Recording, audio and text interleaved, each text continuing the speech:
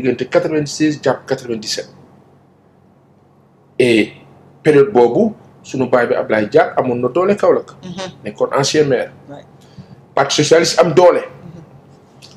ñoom ñu am le mérite jamono boobu di fippu très jeune. Donc ce mérite-là, ils ont marqué leur époque. Ils ont marqué leur époque. Dara du ko dindi. Maintenant, moi, mon problème, c'est qu'est-ce qui se passe actuellement? Est-ce que dañu toll ci niveau boo xam ni y a une urgence boo xam ni il faut que woy ñi toog nii il faut ñu jóge fi léegi nii. ou pas question la. pas question la. beneen bi moo di ne est-ce que sous Macky Sall tel était le cas ou pas? Il y a eu un moment boo xam ni wax dëgg fa yàlla on voyait que kilifa. Parce que on disait que Tchad était souffrant aux États-Unis ku feebar nag du mën def dara wante ci réalité man tey bu fekkoon am naa waxtaan bu may waxtaan ak Tchad amaana bu ma ko jotee peut-être daan ci gën a sori dina nekk mais essayons d'y aller avec moins d'égo. Un. Deux, essayons d'être beaucoup plus réalistes parce que nit mënut a xëy di xeex suba ba jant so mënta nekk ndax xeex daal xeex suba di xeex ba jant sowaat xeex day am ab. Aujourd'hui, le président de la République, Bassirou Diomaye Diakhar Faye, le premier ministre Ousmane Sonko, bu leen fi ay Sénégalais tege bu ñu dee ñett ba ñeent ba juróom. Tchad bokk na ci. Ah oui. Et d'où l'importance par Assane message bi mu véhiculé à travers son clip. Moi, je pense que les nit ñi dañu war a relativiser un peu jéem a étudier le message. Dans le fond. Peut-être déglu ko dans le fond en termes de est-ce que du dafay mel ni kuy rappeler dara. mën na ne sauf que quand tu écoutes la chanson dans ci sous certains aspects. da ngay sentir ne que am na fu mu juum. nit la rek. voilà nit kooku di juum nag. suy porter jugement. dafa war a bàyyi xel ne jugement bi moo porté est-ce que ci ki mu ko porté tamit est-ce que kooku du nit rek bu war a mën a juum. su amee waaw moo tax ma ne la nit la rek. c'est très important. moi je dis que quelqu'un comme Tchad nit nag yaa xam sa bopp mais quelqu'un comme Tchad li tax ma ne la suñu dee 5 yu fal président Bassirou Diomaye Diakhar Faye ak Ousmane Sonko moom ci la bokk parce que ba muy metti la doon xeex. tu prends tout le processus jusqu'à maintenant c'est-à-dire que tey am na ñoo xam ne ñooy feeñ ñu leen di gis nii ñuy wax ni mais ba muy metti kenn gisu leen kenn déggu leen de. bi mu neexee la ñu commencé wax. ñu bare bi mu neexee nii la ñu commencé génn que si kii di wax mais ba muy metti ñu bëri waxuñu woon. Tchad a eu le mérite ba muy metti mu waxoon peut-être ci dernier moment yi on l'a pas senti on l'a pas vu parce que dañu wax ne dafa tawat mu nga États-Unis waaw léegi nag fii ñu toll nii au bout de 2 ans yu matagul 1 an et poussière moi je juge mal inopportun Tchad génne son pareil comme si ce qui s'est passé ou ce qui se passe actuellement est du ressort forcément de ñi fi nekk sachant que ñii ils sont en train de subir les conséquences d'une gestion récente bu yàggul man bu ma toogee Samba Tall Sarr ne ma paasa on a remis à Macky Sall sur 12 ans 51 000 milliards. damay taxaw foofu tuuti paasa parce que man 51 milliards la wala 51 000 milliards parce que quand même 51 000 milliards paasa c'est énorme. ah. loolu paasa. 51 000 benn milliard gis nga ni mu toll. calcule le budget du Sénégal chaque année. waaw mais 50 000 milliards. waaw non léegi. 51 000 milliards. waaw léegi calculer le président Macky Sall sur 12 ans. dis-toi que il a eu 120 milliards de francs CFA soo jëlee les fonds politiques 11 milliards de francs CFA. sur 10 ans c'est 110. c'est 110 milliards. 110 milliards oui. Sur 11 ans c'est 100 du moins sur 12 ans c'est 112 milliards. non 120 milliards. wala 122 milliards. ah léegi 122 milliards yoo xam amul justice amul dara supposons. mën na dem bàyyi ko fi. comme mën na ko yóbbu itam mais du am y a rien qui dit que donc voilà am nga ci loo ci def kenn du la wax dara. nga boole ko y a aucun contrôle. waaw nga boole ko ak le budget du Sénégal que tu vas évaluer sur quoi 6 000 milliards 5 000 milliards. 5 000 milliards sur loolu dafa mën a egg nag kon si 51 000 milliards yi. man j'ai du mal même sax ma mun ko kii parce que man damay jaawale 51 milliards ak 51 000 milliards. mais fais le calcul de 5 ans de comment on appelle chaque année 5 000 milliards fois 5 c'est 25 000 milliards. 25 000 milliards. waaw donc les 2 fois c'est 50 000 milliards boo ci tegee sa moom dafa Samba Tall Sarr dafa waroon wax sax c'est-à-dire c'est presque 60 000 milliards loolu la waroon wax. Paasan la ma xamoon jeex na ko li naan la ma xamoon jeex na. léegi nga boole ko bor boo xam ni yaa ngi ci 119% de ton PIB après kilifa yi naan la yéen le seuil c'était UEMOA c'était 70%, Sénégal dem ba romb ko.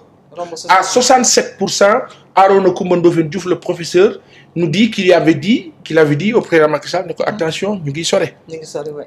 dégluwuñ ko ñu dem ba 70%, dem ba plus de 100% de bor léegi yow fi ñu doon waxee Sénégal Abdoulaye Wade 3 000 milliards de dette le président Macky Sall ñëw à 18 000 milliards de dette. waaw léegi endettement boobu nga teg ci loolu ñu ne la non du 18 000 milliards de dette de 24 000 milliards de dette la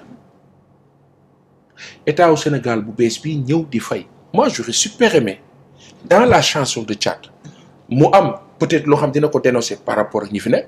ba pare daal ne nag am na loo xam ne tamit mën naa leen ko teggil. waaw ma rab tuuti. yow am na loo xam ni. mën naa ko teggi. li may teggi moo di. le président Macky Sall effectivement jox nañ ko 51 000 milliards. nga def ki ak moom naka lañ jaarate waaw. 51 000 milliards yoo xam ni effectivement loolu jàpp naa ne du yéen mais terewul ainsi peut-être doon naa mën a am plus de sens appréhensif positivement par rapport ak loolu. Thiat mon ami quelqu'un de je suis pas d'accord dafa juum je trouve que dafa juum ci jugement bi et aujourd'hui xam nga kii lu tax ma ne la il a du mérite dans ce changement là parce que ba mu méttee. il a combattu. métti na woon na de. contre Abdou Diouf contre Abdoulaye Wade contre le président Macky Sall mais même sax s'il y a contrainte ou pas l'un dans l'autre. Mais je trouve que dafa teel que mu waxee sens bi vis-à-vis de ce régime là je suis pas d'accord. Et en revenant encore à cet endettement par Assane. yaakaar nga ne nous on pourra se relever de cette situation. parce que quand même c'est compliqué ah. ba ñu relever. parce que dëkk bi koo wax ne dëkk bi daa metti dëkk bi dafa wow dëkk bi dafa metti. waaw Sénégal waaw léegi wow boobu metti boobu nga xamante ne askan wi nga xamante ne le Sénégalais lambda. wax dëgg yàlla ñu ngi koy sentir. koo wax rek benn baat bi la lay wax est-ce que nous on pourra se relever de ça. waaw léegi déjà bala ñoo sore sax man da xam benn baat boo xam ne damay ñaan Sénégal yëpp nu bakk. mooy dëkk daa metti dëkk bi daa wow. déedéet. mooy ban baat. Sénégalais lambda. waaw lambda amul Sénégalais moo am. parce que Sénégalais lambda c'est réducteur. ouais. moo tax ne diw ak diw mu mel ni dafa am différence Sénégalais bi nga xam ni newul ci état bi mu nga ci këram. wala Sénégalais bi ne ci bërëbu liggéeykaay ba. wala Sénégalais ba ne ci kër ga. mais saa yu ñu nee Sénégalais lambda c'est pas méchant. mais dégg-dégg moo ne mooy. dafa am wala ngay dégg ñu naan la Sénégalais ak le vrai Sénégalais. wala ngay dégg ñu naan la ñun baadoolo yi. waaw déedéet. baadoolo moo la borom jikko. milliardaire boo xam ne jikkoom rafetul kooku baadoolo la. milliardaire bu yaru nag jikkoom rafet kooku. ndaanaan la garmi la c'est vrai. ku yoru dara ni man. ta jikkoom rafet xolam baax ndaanaan la garmi la voilà bien sûr dinañu génn ci mbiru loolu bor yooyu ngay wax incha allah te yàlla ñu fekkee tal te yàggul lay xamul tax waaye muñ moo metti waaw mais kaay ma wax la lay ma waxaat la fii sénégalais nga dangaa bëri alal toog ci loolu lu toll ni àdduna lay ci nga toog maanaam loolu il faut que ñu wax chaque sénégalais ne leen dëkk bi mettiwul ndax dañoo yor alal ju dul jeex dëkk bi du dafa metti dafa soxla organisation il faut réorganiser le pays si on réorganise le pays les gens vont vivre décemment et mieux réorganiser le pays nag lan la jub ci lay tàmbali ànd ak yar ànd ak teggin waaw Sénégal dafa soxla reformatage général. dans tous les secteurs nag.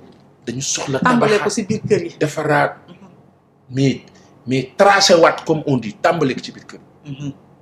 fexe ba nit yi ràññatle davantage lu baax ak lu bon. léegi lu bon dañuy gën a vulgariser keroog kan moo ma ne mais yow comment se fait-il que tu fais une émission fekk kan laa amoon entretien. suñu bàyyi ba Pape Ousmane Anne. Pape Ousmane.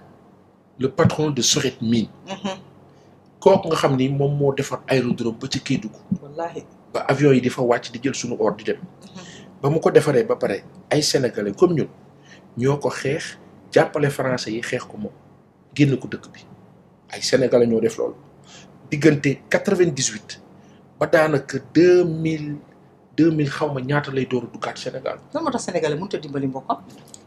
waaw léegi nag góor googu yàlla na ko yàlla yokk wér. amiin papa yàlla na nga wér. ndax yëg naa ne fa ndaxawoon tawat yàlla na nga gën a wér. ak yaa booy ak famille bi yëpp. ma wax la fii gis nga genre kilifa yooyu dañ cee am ba mu doy.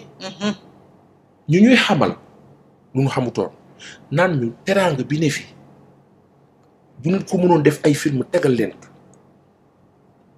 ñuy wax par exemple or bi nekk Kédougou liñ ci mën a lekk liñ ci mën a naan liñ ci mën a am lim ñu mën a jëriñ ba ci sunu monnaie. sans compter du pétrole et du gaz. nga yor loolu yëpp di jaaxle doo jaaxle da ngay fay bor bi.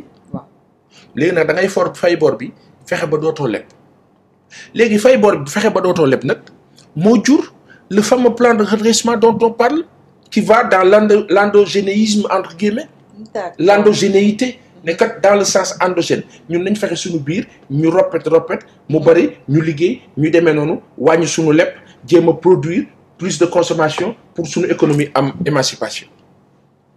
pas Assane taxaw fële ne non ko parce que ñoom la rek non. te nag loolu